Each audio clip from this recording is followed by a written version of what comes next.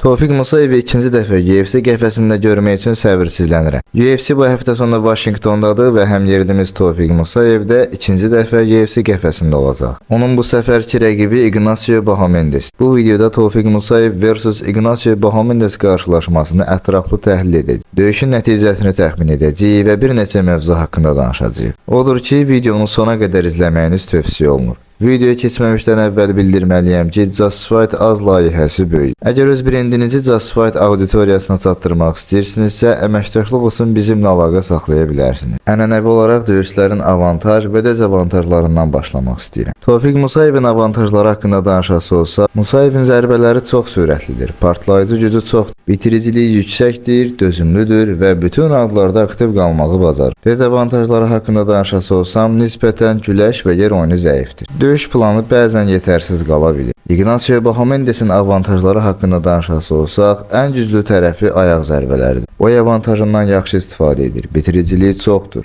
dözümlüdür və döyüş ağlı yüksək. Dezavantajları haqqında danışası olsaq, güləş və yer oyunu nisbətən yaxşı deyil. Fiziki olaraq da Tofiq Musayevdən zəif olduğunu düşünürəm. Hər iki döyüşçünün karyera keçmişi möhtəşəmdir. Tofiq Musayevin peşəkar karyerasında 22 qələbə və 6 məğlubiyyət var. 22 qələbənin sadəcə ikisini hakim qərarına saxlayıb. Bir çox möhtəşəm döyüşə imza atsa da 2019-cu dekabr ayının 31-də bir gecədə olduqca təcrübəli iki rəqibini də ard-arda məğlub edər. Rizin çempion olub kəməri belinə taxması və 2022-ci il iyul ayının 22-sində Usman Nurmagomedovun çempion olduğu Bellatorda ilk döyüşünü kəmər namizədi olan Sidney Outlaw'a qarşı keçirərək cəmi 27 saniyədə nokautla qələbə qazanaraq karyerasının zirvəyə qalxmasına güclü təkan verib. Zirvə demişkən Tofiq Musayev son dəfə 2025-ci il iyun ayının 21-də MMA dünyasının zirvəsi olan UFC-də gücünü sınadı. Çox təəssüf ki, Musayev üçün UFC yolunda uğurlu başlanğıc olmadı və döyüşün birinci raundunun bitməsinə 25 saniyə qala qoldan ağrıdıcı fəndlə məğlub oldu. Musayev məğlubiyyəti sevmir. Hər məğlubiyyətdən sonra daha güclü qayıdıb və qələbə qazanmağı bacarıb. Ancaq bu məğlubiyyət onun üçün çox daha xüsusi idi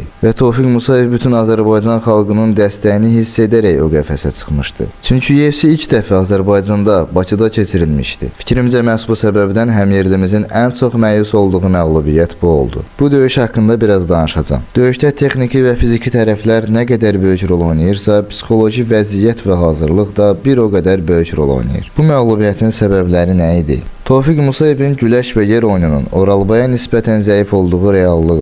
Ancaq mən tək səbəbin bu olduğunu düşünmürəm. Döyüş 70 kilo çəki dərəcəsində baş tutmalı idi. Oralbayın 5 kilo artıq olmasına baxmayaraq Musayev döyüşdən geri çəkilmədi.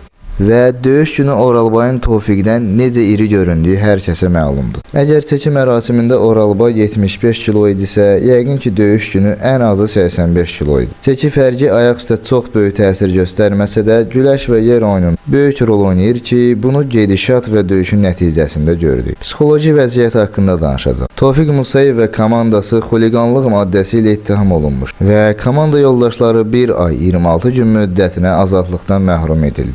Musayev üçün isə digər qəti imkan tədbiri seçildi. Bu xoşagəlməz hadisədən sonra təəssüflər olsun ki, Tofiq Musayev cəmiyyət qınağına tuş gəldi. Uzun illər yoldaşlıq etdiyi komandası və müəllimi ilə yollarını ayırdı. Tofiq Musayev gənc yaşlarında atasını itirib və onun arzusu Tofiqin tanınmış, uğurlu və xalq tərəfindən sevilən bir idmançı olması olub. Tofiq Musayev uzun illər ərzində ölkəmizi çox böyük arenalarda təmsil edib. Rizin, Bellator kimi liqalarda gücünü sınayıb. Rizin təşkilatının çempionu olub. Hər zaman cəsarəti və qorxmaz döyüşçü olması ilə seçilib. Bu cəsarəti tək ringlərdə yox, həm də vətən müharibəsində, döyüş bölgəsində də göstərib. Böyük təşkilatların Azərbaycana ayaq açmasında böyük rol oynayıb.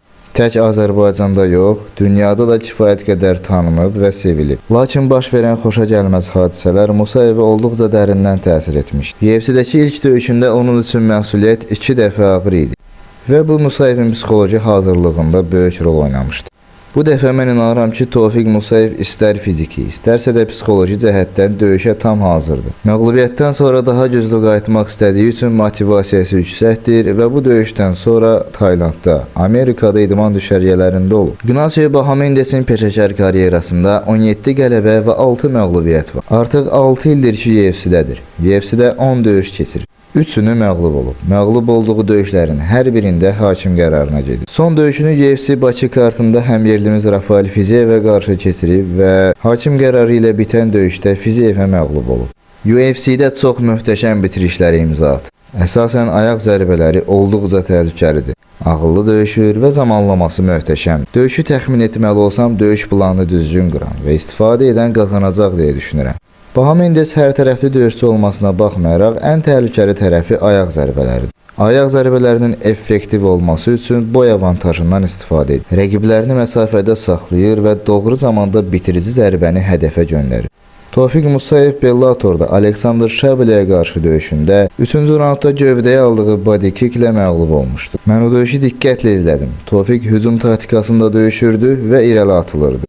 Şəbili bunu Musayevin əleyhinə istifadə etdi və Musayev tam irəli atıldığı an doğru zamanda doğru zərbəni vurdu və döyüşü bitirdi. Tofiq Musayevin əl zərbələri, partlayıcı gücü və fiziki hazırlığı Baha Mendesdən üstün tərəflərindəndir. Fikrimcə Tofiq aqressiv döyüşməməlidir.